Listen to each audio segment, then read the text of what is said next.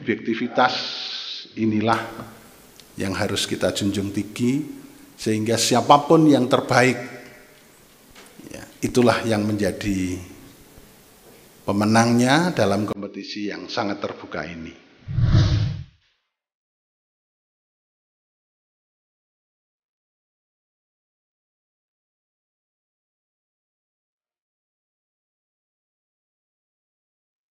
Road to Final.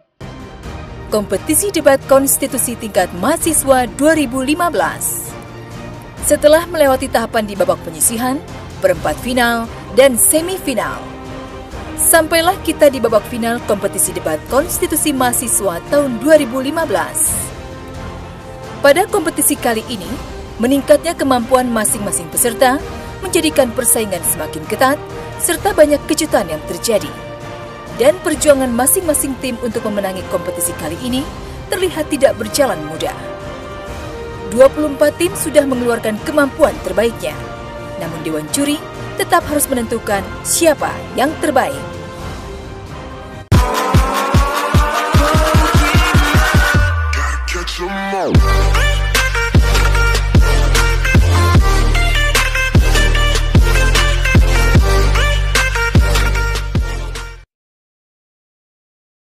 Assalamualaikum warahmatullahi wabarakatuh.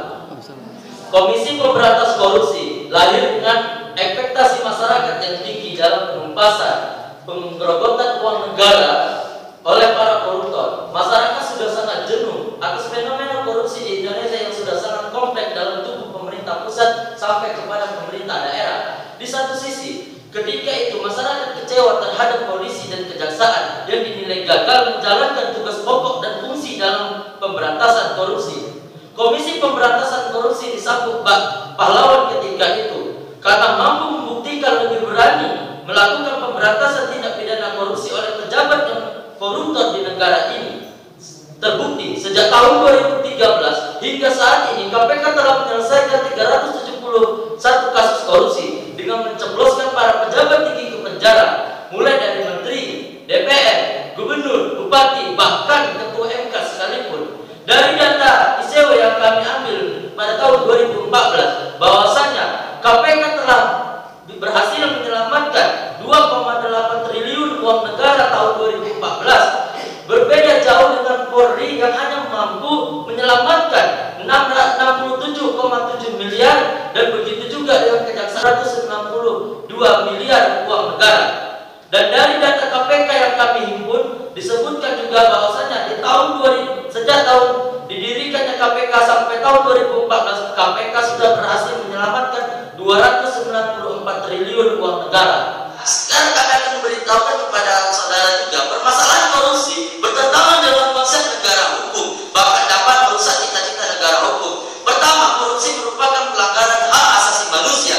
Kedua, korupsi merusak tatanan sistem hukum yang berakibat tidak berjalannya penegakan hukum, sehingga kepastian hukum, kemanfaatan, dan keadilan tidak dapat diwujudkan. Ketika korupsi memiliki dampak yang luas, rusaknya tatanan negara hukum jika diakibatkan karena korupsi memiliki dampak terhadap kerugian masyarakat luas.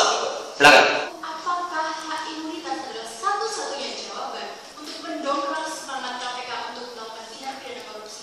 Jika ya, tolong Anda berikan contoh kasus korupsi yang terhambat karena tidak ada hak imunitas pada KPK yang saat ini belum ada. Silakan dijawab.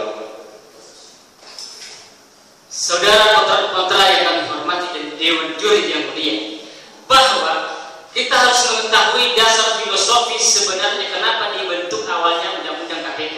Yang pertama adalah karena lemahnya kepolisian dalam memberantas korupsi, dan yang kedua adalah karena lemahnya jaksa penuntut umum dalam memberantas tindak pidana korupsi, dan yang ketiga adalah untuk melengkapi dan menguatkan kepolisian dan kejaksaan dalam memberantas tindak pidana korupsi. Contohnya adalah sudah banyak sekali kasus-kasus yang memang terhambat oleh KPK untuk menyelesaikan atau memberantas tindak pidana korupsi. Contohnya koruptor itu sendiri banyak melakukan segala cara untuk melemahkan KPK itu sendiri karena dia adalah mempunyai kepentingan hukum. Dan yang kedua adalah itu sangat tidak bertentangan dengan ecology before the law, karena dari aspek sosiologis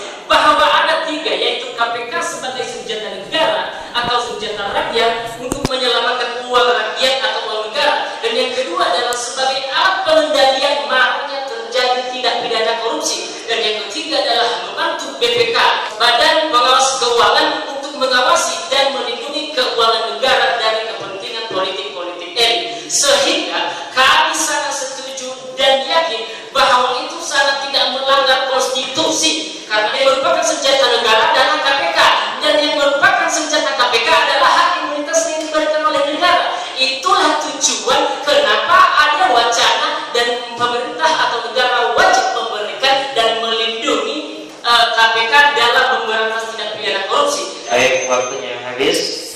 Tepuk tangan untuk tim pro yang sudah memberikan tantangan dan pidato untuk tim kontra. Rasa-rasanya panasan ini harus kita akhiri, ya. Karena kita akan masuki pada babak keempat, yaitu closing. Kesempatan pertama saya berikan kepada tim pro untuk memberikan closing. Saya persilakan. Hukum berfungsi memenuhi berbagai kepentingan, yaitu individual interest, public interest, dan social interest. Roskopon, yang dikutip oleh Saud Panjaitan 1998. Assalamualaikum warahmatullahi wabarakatuh. Dewan Juri yang terhormat dan rekan dari tim kontra yang terhormat. Dan sesaat lagi akan kita nantikan babak final. Kedua tim akan beradu argumentasi dengan tema debat pemberlakuan kembali GBHN. Siapakah yang akan menjadi yang terbaik dalam kompetisi debat konstitusi tahun 2015? Kita sambut finalis kompetisi debat konstitusi 2015 dari tim pro Universitas Islam Negeri Sunan Kalijaga.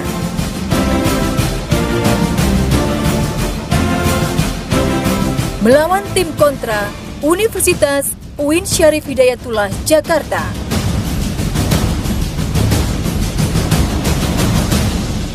Inilah final kompetisi debat konstitusi mahasiswa tingkat nasional tahun 2015.